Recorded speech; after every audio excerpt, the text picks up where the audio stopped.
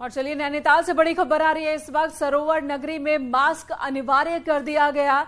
Nainital DM ने आदेश जारी कर दिया है जिसमें मास्क के साथ सोशल डिस्टेंसिंग बनाने के भी आदेश दिए गए हैं। कोविड की रोकथाम को लेकर यह आदेश जारी कर दिया गया है। ऑक्सीजन जनरेशन प्लांट के साथ ही सभी तैयारियां पूरी करने के निर्देश दिए गए हैं। आपको बताते चलें कि क्रिसमस और 31 को लेकर बड़ी संख्या में पर्यटक आने वाले हैं, जिससे कि पहले ही ये आदेश जारी किया गया है।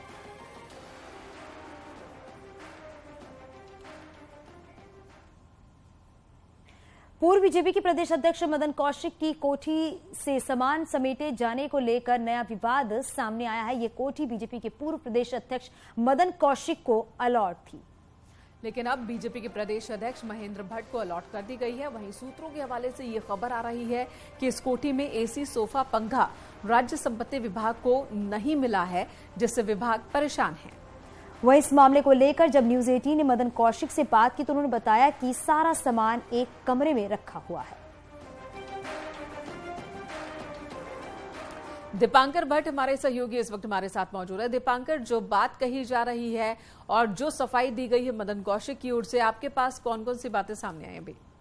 बिल्कुल, ये खबर राज्य संपत्ति विभाग के हवाले से, सूत्रों के हवाले से एक बात सामने आई है कि जिस घर में अभी तक मदन कौशिक रहते थे, सरकारी घर था ये, और ये शहरी विकास मंत्री के तौर पर यहाँ पर रहे, बीजेपी प्रदेश अध्यक्ष के तौर पर यहाँ पर रहे, और अब यहाँ पर महेंद्र भट्ट जो नए प्रदेश अध्यक्ष बने, उन्हें ये घर अलॉट हुआ है। लेकिन राज्य संपत्ति विभाग को जब वो वहां पर गया तो तमाम सामानों से वहां पर नहीं मिला, मसलन एसी, पंखे, सोफे, बेड, और इस बात को लेकर खासी चर्चाएं गर्म है कि वो सामान आखिर गया कहाँ। लेकिन कहा जा रहा है पूर्व अध्यक्ष की ओर से कि एक कमरे में सारा सामान है और जब भी हैंडओवर किया जाता है इस तरह से घर, तो अधिकारी भी मौजूद होते हैं विभाग के।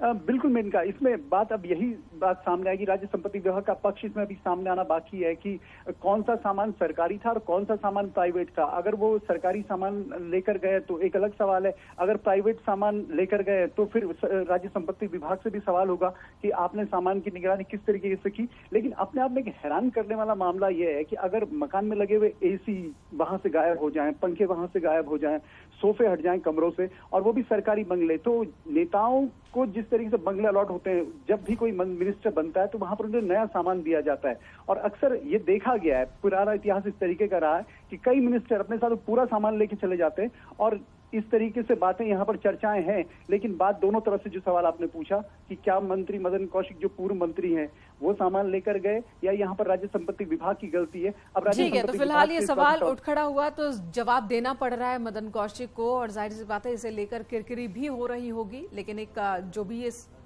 बात सामने आई है उसको सॉल्यूशन तक पहुंचना भी जरूरी है। धन्यवाद दीपांकर। पिथौरागढ़ के धारचूला में नेपाल बॉर्डर पर सुरक्षा दीवार बन रहे हैं और भारतीय वर्कर पर एक बार फिर नेपाली नागरिकों ने पत्थरबाजी की है नेपाली नागरिकों ने, और इस वजह से काली नदी पर सुरक्षा दीवार लगा रही कार्यदायी एजेंसी को नुकसान भी हुआ है। एक भारतीय नागरिक को चोट भी पहुंची है। नेपाली नागरिकों के इस हरकत से भारतीय नागरिकों में गुस्सा भी है। काली नदी पर सुरक्षा दीवार लगाने के दौरान नेपाली नागरिकों ने ये 10वीं बार पत्थरबाजी की है, जबकि नेपाल के अधिकारियों के साथ लगातार पिथौरागढ़ के अधिकारी बातचीत कर रहे हैं। नेपाल द्वारा 10वीं बार पत्थरबाजी की गई है हमारे मशीनों पे, और इसमें 2 पोकलैंड बचे और 2 डंपर के शीशे टूटे हैं और ड्राइवर भी बाल बचा है। और पुलिस इनकी नेपाल की खड़ी हुई थी, इनका सुरक्षा बल भी खड़ा हुआ था, लेकिन अरेस्ट कोई नहीं किया इनको। अगर इस तरीके से ही पत्थरबाजी होती रहेगी तो हम इस तरीके से काम भी नहीं कर पाएंगे, और हमें प्रशासन से मदद की गुहार है। और हमारे साथ हमारे सहयोगी विजय वर्धन उप्रेती हमारे साथ जुड़ गए हैं। विजय, जरा आप बताइएगा, क्योंकि अब अगर बात करें तो 10वीं बार ये पत्थरबाजी की गई है नेपालियों की तरफ से, और इसे देखा जा रहा है कि जो भारतीय हैं उन्हें काफी दिक्कत हो रही है वहां पर जो काम करते हैं। निश्चित तौर पे लगातार नेपाली विरोध कर रहे हैं। जब से धारचूला में सुरक्षा दीवार लगाने की बात आई है, लगातार विरोध करते हुए काम को बाधित करने की कोशिश कर रहे हैं। लेकिन दुर्भाग्य इस बात का है कि भारतीय प्रशासन, नेपाली प्रशासन के बाद लगातार बातचीत हो रही है और इसका कोई ठोस समाधान नहीं निकल पा रहा है। लगातार वार्ता हुई है और कहीं ना कहीं चूक इस बात में भारतीय प्रशासन की तरफ से भी हो रही है कि वो कोई ठोस कदम इस बारे में नहीं उठा पा रहा है और लगातार नेपाल के नागरिकों के हौसले बुलंद हैं और भारत का काम रोकने की कोशिश की जा रही है। पिछले दिनों भी ये पत्थरबाजी हुई थी, उसमें एक मजदूर भारत का घायल हुआ था। आज फिर पत्थरबाजी हुई है जिसमें जेसीबी मशीन सहित डंपर को नुकसान हुआ है, एक मजदूर मामूली रूप से घायल हुआ है। ठीक है विजय, लेकिन ये भी बताएं कि एक तरफ तो बातचीत का सिलसिला चल रहा है, दूसरी तरफ नेपाल की ओर से ये भरोसा भी दिया गया कि अब कोई परेशानी नहीं होगी और कार्रवाई की जाएगी जिन लोगों ने पत्थरबाजी की, लेकिन इसी बीच पत्थरबाजी की 10वीं घटना भी देखने को मिली। इन सब का क्या वहां दीवार निर्माण पर भी कोई असर पड़ रहा है या काम चल रहा है अपनी गति से? और काम लगातार बाधित हो रहा है और खासकर धारचूला के लिए अगर हम कहें कि ये सुरक्षा दीवार बहुत अहम है। अगर ये सुरक्षा दीवार अगर बाधित होती है तो बरसात में उसको भारी खतरा यहाँ पर हो सकता है। लेकिन बार बार बातचीत के बाद अगर इस तरीके की घटनाएं हो रही तो भारत को कोई ठोस कदम इसमें उठाना पड़ेगा। वाकई ठोस कदम उठाने की जरूरत है। धन्यवाद विजय इस वक्त पूरी जानकारी देने के लिए। 2013 का वाकया है जब आपदा आई थी और उस वक्त नेपाल ने अपनी तरफ तो सुरक्षा दीवार खड़ी कर ली काली नदी पर, लेकिन जब भारत की ओर से दीवार खड़ी करने की बारी आई है तो नेपाली नागरिक इसका विरोध कर रहे हैं। इस मुद्दे को लेकर पिथौरागढ़ में धारचूला में नेपाल और भारत के अधिकारियों के बीच लगातार बातचीत भी चल रही है।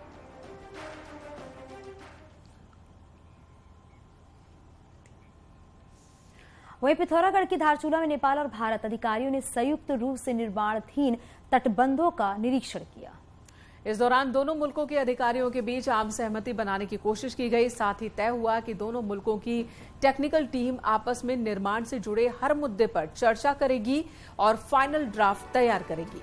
इस इलाके में काली नदी के किनारे भारत इन दिनों तटबंध बनाने का काम कर रहा है, जिसका नेपाल के नागरिक लगातार विरोध कर रहे हैं। कई बार नेपाली नागरिकों ने भारतीय मजदूरों पर पथराव भी किया है, जिसके बाद दोनों देशों के अधिकारियों के बीच बातचीत का दौर लगातार जारी है।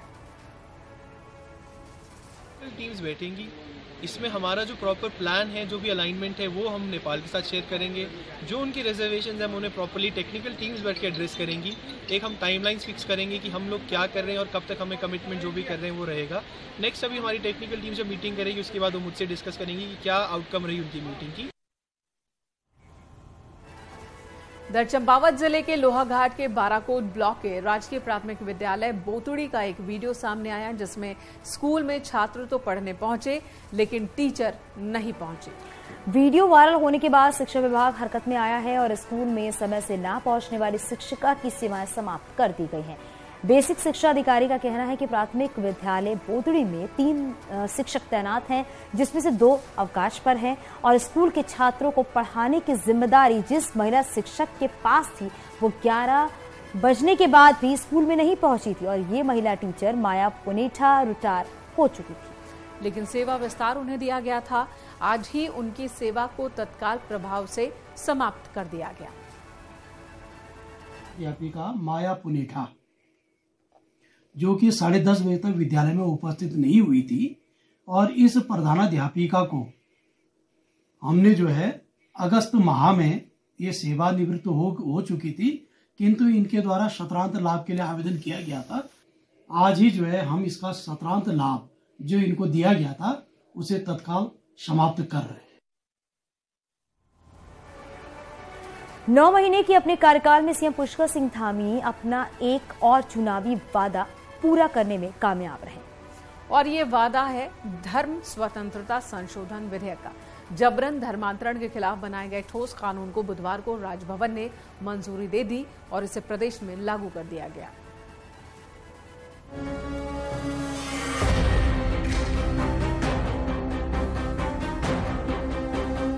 राजभवन की मंजूरी के साथ ही उत्तराखंड में जबरन धर्मांतरण को लेकर ठोस कानून लागू हो गया।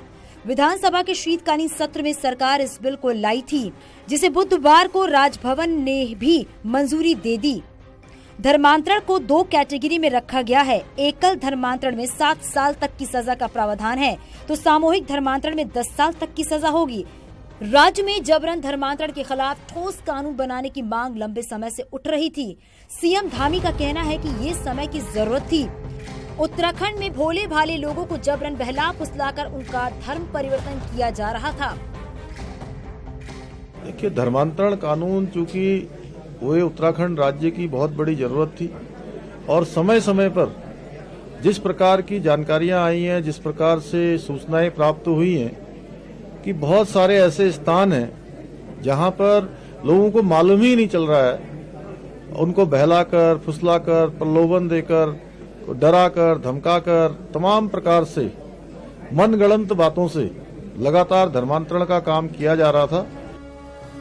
वहीं पूर्व सीएम त्रिवेंद्र सिंह रावत ने भी एक्ट का स्वागत किया है। उन्होंने कहा है कि भारत में जितने भी अल्पसंख्यक हैं, वो मूल रूप से हिंदू हैं, जिन्हें समय समय पर कन्वर्ट किया गया। उन्होंने धर्मांतरण को उत्तराखंड ही नहीं, देश के लिए गंभीर समस्या बताते हुए कहा कि इतिहास इस बात का साक्षी है कि देश के जिस हिस्से में भी हिंदू अल्पसंख्यक हुए, वो हिस्सा देश के लिए समस्या बन गया।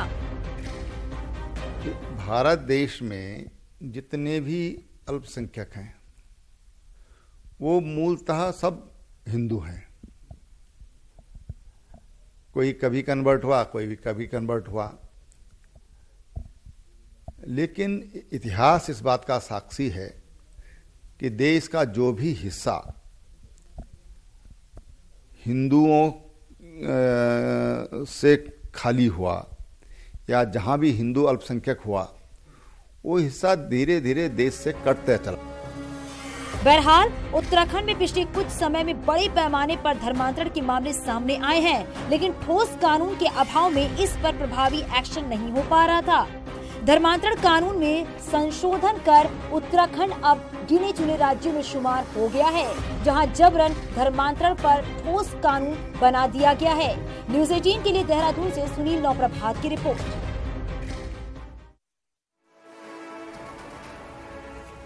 धर्मांतरण, अवैध कब्जे और मदरसों के सर्वे को लेकर मुख्यमंत्री पुष्कर सिंह धामी गंभीर हैं। मुख्यमंत्री के इन फैसलों का संत समाज ने स्वागत किया है। निरंजनी अखाड़े के आचार्य कैलाशानंद महाराज का कहना है कि पहाड़ों की पहचान देवभूमि की है, इसलिए मुस्लिम धर्म के लोगों को पहाड़ों पर अतिक्रमण ना करे और पलायन का फायदा मुस्लिम उठा रहे हैं। उन्होंने कहा है कि पहाड़ सनातन धर्म को मानने वालों का है, इसलिए देवभूमि का अस्तित्व जो है वो बरकरार रहना चाहिए। भूमि में जो मदरसे चल रहे हैं, हम उनका विरोध नहीं करते हैं, मदरसे चले, लेकिन जो अवैध मदरसे हैं, मदरसों में जो अवैध कार्य होते हैं, निस्संदेह वो बंद होने चाहिए। जो अवैध मदरसे हैं वो समाप्त होने चाहिए।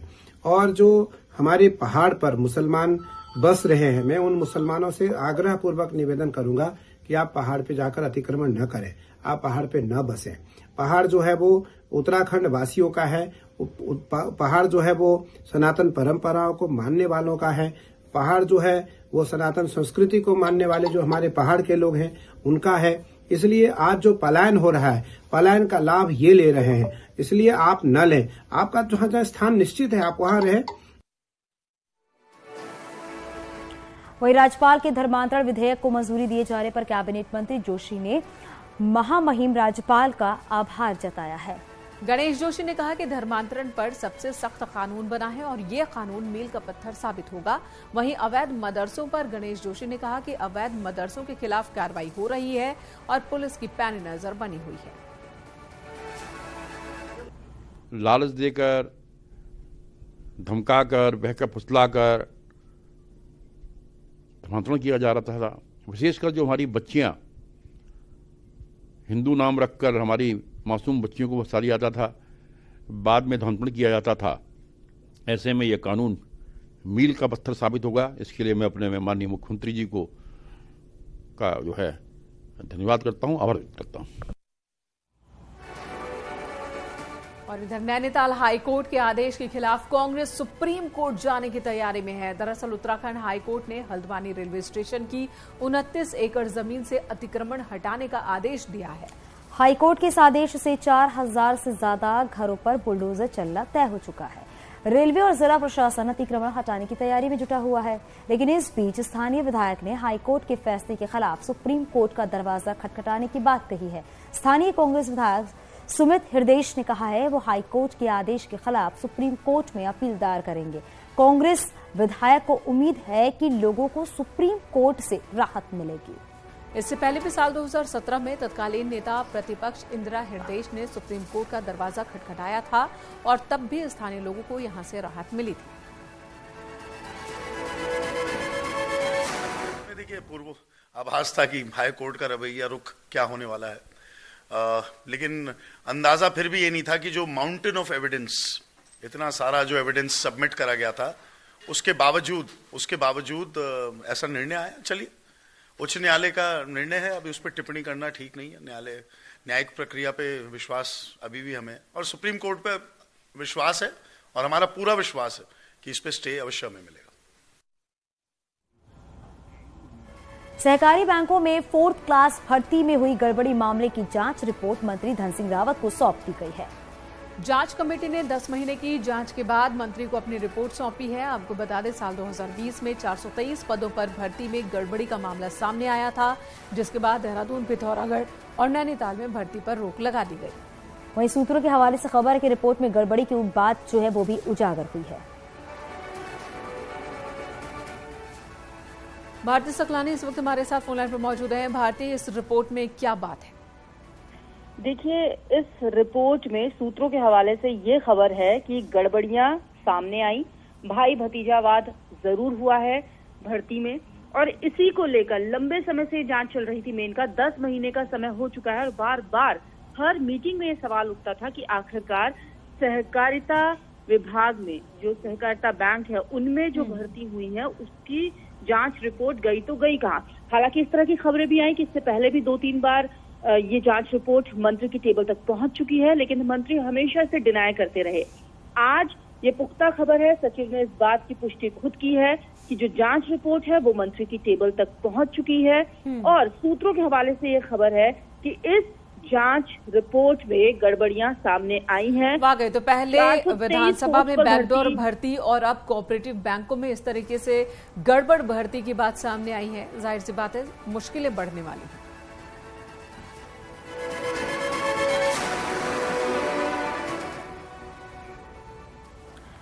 वहीं सीएम पुष्कर सिंह धामी ने शुक्रवार को सहकारिता विभाग की मीटिंग ली है। मीटिंग सहकारिता मंत्री धन सिंह रावत समेत कई अधिकारी मौजूद रहे, जिसमें पैक्स समिति में कंप्यूटराइजेशन पर जोर दिया गया। साथ ही सीएम धामी ने कहा कि 50,000 पॉली हाउस का निर्माण करवाया जाएगा। सहकारिता विभाग में हुए घोटाले पर उन्होंने कहा कि सरकार सभी घोटालों की जांच कर रही है। जहां भी गड़बड़ी मिलेगी वहां पर कार्रवाई होगी। सहकारिता विभाग चूँकि बहुत काफ़ी तेज़ी से किसानों के बीच में, हॉर्टिकल्चर वालों के बीच में, और पशुपालन और डेयरी उद्योग और डेयरी समूह के लोगों के बीच में एक बहुत अच्छा समन्वय का काम कर रहा है, तो उसका और ज़्यादा से ज़्यादा कैसे एक नोडल के रूप में उसका उपयोग हो, और जो भारत सरकार की हमारी एनसीडीसी की जो योजनाएं हैं, जो सुविधाएं हैं, वो हमारे सीधे किसानों तक पहुँचे, उसके लिए हमने यहाँ विस्तृत वार्ता की है। चाहे घोटाले कहीं पर भी हों, हमारी सरकार पूरी तरह से, हमारा संकल्प है कि उस पर जो है ठीक प्रकार से जो भी विधि सम्मत कार्रवाई होगी, और कहीं पर भी जो है शिकायत आती है तो उसका हम लोग स्वतः ही संज्ञान लेते हैं, और संज्ञान लेने के बाद सरकार उसको आगे बढ़ाती है। दर कोविड का खतरा एक बार फिर मंडराने लगा है। वहीं क्रिसमस और नए साल को लेकर भी सरकार सतर्क है। सरकार ने वैक्सीनेशन ड्राइव पर टेस्टिंग पर जोर दिया है। इसके साथ ही प्रदेश के सभी मेडिकल कॉलेज में जीनोम सीक्वेंसिंग की जांच शुरू हो गई है।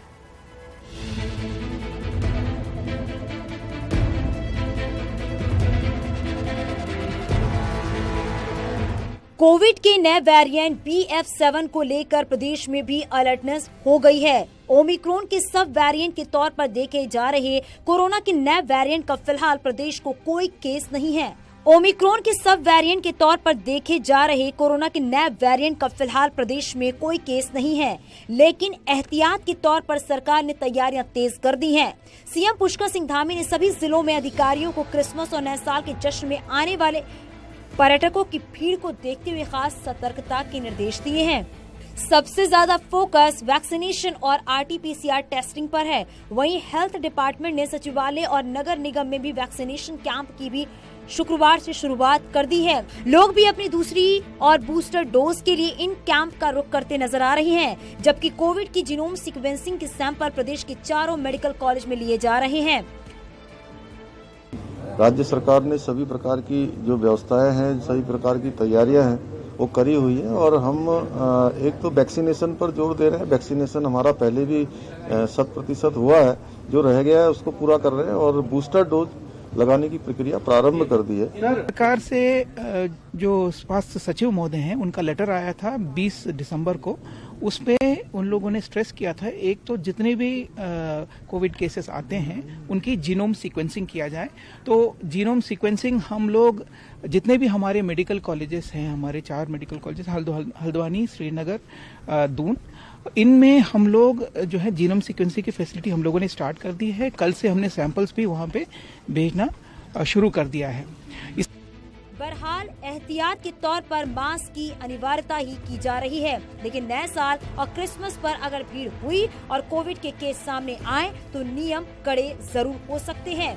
न्यूज़ 18 के लिए देहरादून से भारती सकलानी उनियाल की रिपोर्ट।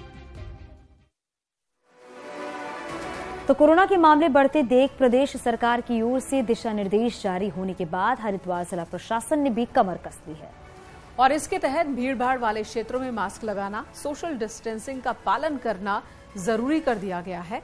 हालांकि शुरुआती दौर में लोग बिना मास्क के भी घूमते नजर आ रहे हैं। हरिद्वार के कनखल, ज्वालापुर और खड़खड़ी जैसे भीड़भाड़ वाले बाजारों में बिना मास्क और सोशल डिस्टेंसिंग के ही लोग दिख रहे हैं। डीएम ने कहा है कि एसओपी जारी कर दी गई है, जल्द ही प्रचार प्रसार के माध्यम से लोगों को जागरूक किया जाएगा।